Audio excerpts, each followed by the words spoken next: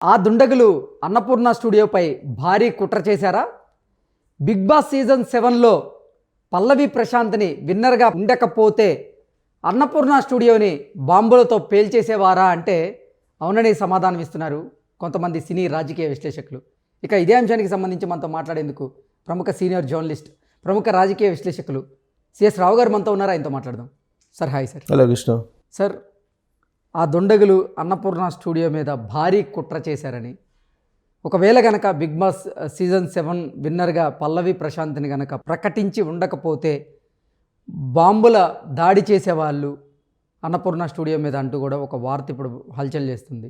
ఏంటి సార్ ఆ వార్తలో వాస్తవం ఉందంటే? ఇది విశ్లేషణ కాదు, రాజకీయ విశ్లేషకులు చెప్తున్నటువంటి మాట కాదు. పోలీసులు ఇన్వెస్టిగేషన్లో తేలినటువంటి అంశం ఏంటంటే, ఒకవేళ కనుక బిగ్ బాస్ 7 సీజన్లో విన్నర్గా పల్లవి ప్రశాంత్ని కనుక ప్రకటించకపోతే ఒక ప్లాన్ చేసుకున్నాము, మేము అన్నపూర్ణ స్టూడియోస్ని బాంబులు పెట్టి పేల్చేయాలని చెప్పేసి వాళ్ళు ఇన్వెస్టిగేషన్లో తేలింది. పోలీసుల ఇన్వెస్టిగేషన్లో ఎలా తేలింది? పోలీస్ ఇన్వెస్టిగేషన్ అంటే వాళ్ళు అభిమానులు వచ్చినటువంటి క్రమంలో అనేక యూట్యూబ్ ఛానల్స్ ఇంటర్వ్యూలు తీసుకోవడం జరిగింది.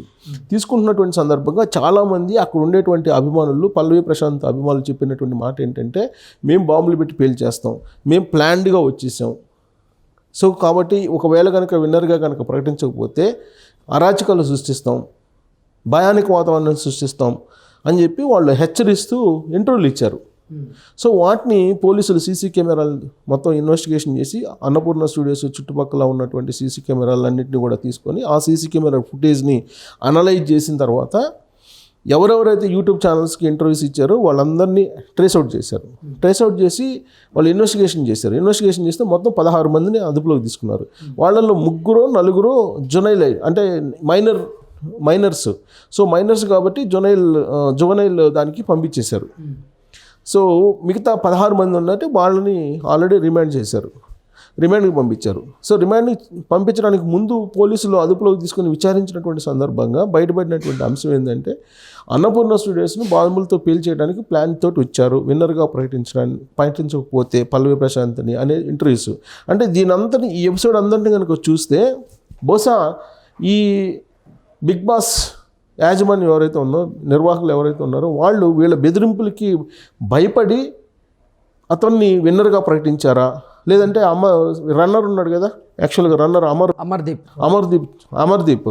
సో అమర్దీప్కి రావాలి, అసలు విన్నర్ అమర్దీప్ కావాలి, వీళ్ళ బెదిరింపుల కారణంగానే బాంబులు పెట్టి పేల్చేస్తాం, అరాచకులు సృష్టిస్తాం, అల్లకొల్లలు సృష్టిస్తాం, భయానక వాతావరణం సృష్టిస్తామని చెప్పేసి పెద్ద ఎత్తున ప్రచారం చేస్తారు సోషల్ మీడియాలో. సో ఈ ప్రచారానికి భయపడి ఒత్తిడికి లోనై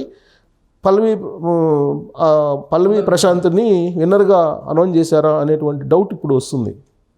సో బిగ్ బాస్ షోనే ఒక ఉపయోగపడినటువంటి సమాజానికి ప్రోగ్రాం అది. దాని మీద ఆల్రెడీ సిపిఐకి సంబంధించిన జాతీయ కార్యదర్శి కంప్లైంట్ చేశాడు. నారాయణ ఎప్పటి నుంచో కంప్లైంట్ చేస్తున్నారు. ఎప్పటి నుంచో పోలీస్ కంప్లైంట్తో పాటు న్యాయస్థానాల్లో పిటిషన్ కూడా చేశాడు, ఈ షోని రద్దు చేయాలి, ఇది సమాజానికి మంచిది కాదు, ఇది సమాజానికి ఏమాత్రం మేలు చేసేటువంటి షో కాదు, దీన్ని బ్యాన్ చేయాలని చెప్పి ఆయన కంప్లైంట్ చేశారు. దాంతోపాటు అసలు నాగార్జున మీద కేసు పెట్టాలనేటువంటి మరొక డిమాండ్ కూడా ఆయన చేసి ఇప్పుడు ఈ సంఘటన జరిగిన తర్వాత ఆయన కూడా రెస్పాండ్ అయ్యాడు. నేను ఎప్పటి నుంచో చెప్తున్నాను, ఇలాంటి అరాచక శక్తులు, దుండగులు ప్రవేశిస్తారు ఇలాంటి దాంట్లో. సో ఇలాంటి అరాచక శక్తులు, అరాచక వాదులు ప్రవేశించేటువంటి ఇలాంటి షోని మీరు ప్రోత్సహిస్తున్నారని చెప్పి మరోసారి నాగార్జునని అరెస్ట్ చేయాలనేటువంటి డిమాండ్ ఇప్పుడు ఆయన చేస్తూ ఉన్నారు. సో ఇదంతా ఒక ఎత్తు అయితే పోలీసులకే పెద్ద సవాల్గా మారింది ఈ ఎపిసోడ్ మొత్తం కూడా. ఎందుకు పెద్ద ఎపిసోడ్గా మారిందంటే, రేవంత్ రెడ్డి ముఖ్యమంత్రిగా ప్రమాణ స్వీకారం చేసిన తర్వాత పోలీసుల్ని, పై లేయర్లో ఉండే పోలీసుల్ని బదిలీ చేసుకోవడం జరిగింది. ఎవరైతే ఎఫిషియన్స్ ఉంటారో ఆ ఎఫిషియన్స్ పోలీస్ ఆఫీసర్ని ఎంపిక చేసుకొని నియమించడం జరిగింది. నియమించిన తర్వాత జరిగినటువంటి సంఘటన ఇది.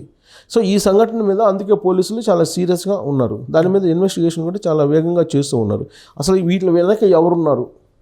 ఇప్పుడు వాళ్ళు వచ్చినటువంటి వాళ్ళందరూ కూడా పల్లవి ప్రశాంత్ అభిమానులు అని చెప్తున్నారు. కానీ ఆ పల్లవి ప్రశాంత్ అభిమానులు కాదు, వీళ్ళ వెనక చాలా కుట్ర దాగి ఉంది ఈ ఇన్సిడెంట్ వెనక. అంటే వీరి వెనక ఎవరో బీఆర్ఎస్ నేతలుండి ఇటువంటి కుట్ర చేయించారని, లా అండ్ ఆర్డర్ ఇష్యూని క్రియేట్ చేసే విధంగా కూడా కొంతమందితో వాళ్ళు ఇటువంటి కుట్ర జరిగేలా ప్లాన్ చేశారంటూ కూడా కొన్ని వార్తలు వస్తున్న నేపథ్యంలో ఏంటి సార్ నిజంగా అన్నపూర్ణ స్టూడియో దగ్గర జరిగినటువంటి అల్లర్లకి బీఆర్ఎస్ నేతలకి సంబంధం ఉందా అంటే ఏం చెప్తారు? ఇప్పుడు పోలీస్ ఇన్వెస్టిగేషన్లో వచ్చినటువంటి అవుట్పుట్ని కనుక తీసుకుంటే కనుక వస్తున్నటువంటి బీఆర్ఎస్ నేతల కుట్ర ఉంది, కొంతమంది కావాలని వాళ్ళు పంపించి అల్లకొల్లాలను చేయాలని చూసిచ్చారు, లా అండ్ ఆర్డర్ సిచ్యువేషన్ను డిస్టర్బ్ చేయాలని చూశారు అనే ఆరోపణలకి బలం చేకూరేలా ఇప్పుడు పోలీసుల ఇన్వెస్టిగేషన్ కనిపిస్తుంది కదా. ఆల్రెడీ పోలీస్ ఇన్వెస్టిగేషన్లో ఈ 16 మంది ఏం చెప్తున్నారు? ఆల్రెడీ వాళ్ళు మేము బాంబులతో ప్లాన్ చేసి వచ్చాం, అన్నపూర్ణ స్టూడియోస్ని పేల్ చేయాలని చెప్పి మేము ప్లాన్ చేసుకున్నాము, ప్లాన్డ్గా వచ్చాము అని చెప్పి చెబుతున్నారు కదా. సో అంత ప్లాన్డ్గా వచ్చారంటే అసాంఘిక శక్తులు అయితే అయి ఉంటారు కదా కన్ఫామ్గా.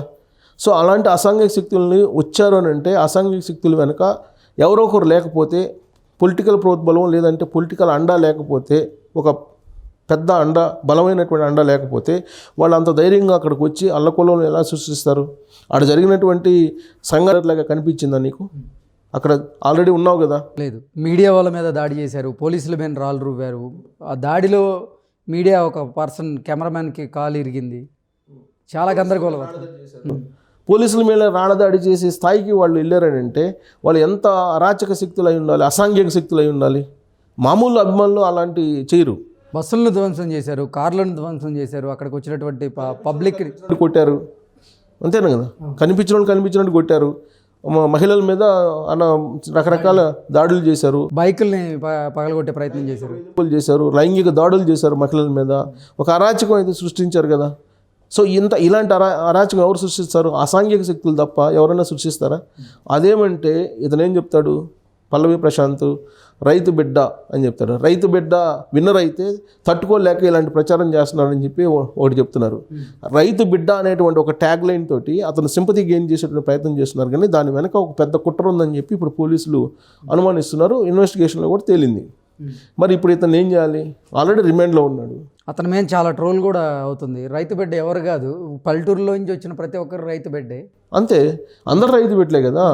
ఇప్పుడు రైతు బిడ్డ ట్యాగ్ని యూజ్ చేసుకొని అంత సింపతి గెయిన్ చేయడానికి ట్రై చేస్తున్నాం. ఫామ్ హౌస్ ఉన్న 100 ఎకరాలు ఉన్న ఫామ్ హౌస్లో ఉన్నటువంటి మల్లారెడ్డి మాజీ మంత్రి ఆయన నేను రైతు బిడ్డ అంటున్నాడు. మాజీ ముఖ్యమంత్రి కేసీఆర్ రైతు బిడ్డ అంటున్నాడు. ఆయన బిడ్డలు వాళ్ళు కూడా మేము రైతు బిడ్డలు అంటున్నారు. ఇప్పుడున్నటువంటి రేవంత్ రెడ్డి రైతు బిడ్డ కాంది ఎవరు? ఒక ట్యాగ్ తగిలించుకొని దాన్ని ఏదో సింపతిగా క్రియేట్ చేసుకునే ప్రయత్నం చేస్తున్నారు. బట్ ఆ విషయం పోలీసులకు తెలుసు, అందుకే పోలీసులు చాలా స్ట్రిక్ట్గా తీసుకున్నారు ఈ ఇష్యూని. ఎందుకంటే ఫస్ట్ రేవంత్ రెడ్డి ముఖ్యమంత్రి కొత్త గవర్నమెంట్ ఏర్పడంగానే జరిగినటువంటి ఈ సంఘటన, ఇది ఇంతటితోటి ఫుల్ స్టాప్ కావాలి, మరోసారి పునరావృతం కాకూడదు అనేటువంటి ఉద్దేశంతో పోలీసులు చాలా ఛాలెంజ్గా తీసుకుని దీన్ని విచారిస్తున్నటువంటి క్రమంలో బాంబులతోటి కూడా మేము ప్లాన్ చేసుకొని వచ్చామని చెప్పి వాళ్ళు చెప్తూ ఉంటే, సార్ అసలు నిజంగా తెర వెనక బీఆర్ఎస్ నేతలు ఉండి ఇటువంటి అల్లర్లు చేసే విధంగా ప్లాన్ చేశారా అంటే ఏం చెప్తారు సార్?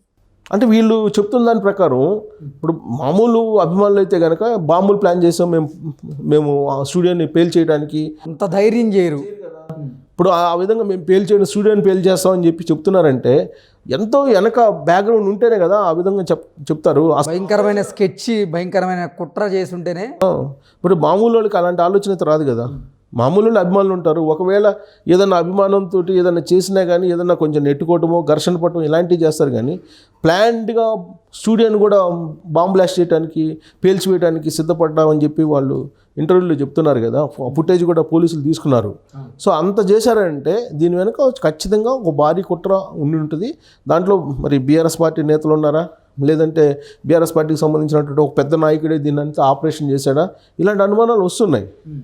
కొంతమంది అంటే పల్లవి ప్రశాంత్కి హరీష్ రావు కాల్ చేశారు, శుభాకాంక్షలు తెలియజేశారు అంటూ ఒక వార్త వచ్చిన నేపథ్యంలో హరీష్ రావు హస్తం ఉందా అన్నట్లుగా కొంతమంది అనుమానాలు వ్యక్తం చేస్తున్నారు. దాన్ని ఎలా చూడొచ్చు? అంటే ఇప్పుడు విన్నర్ కాగానే ఆయన ఒక ట్వీట్ చేసి అభినందించాడు కాబట్టి, అంటే తన సొంత నియోజకవర్గం కాబట్టి అభినందించారు, అంత మాత్రం చేత అతను కుట్ర చేసి ఉంటాడని చెప్పి మనం నిర్ధారించలేము.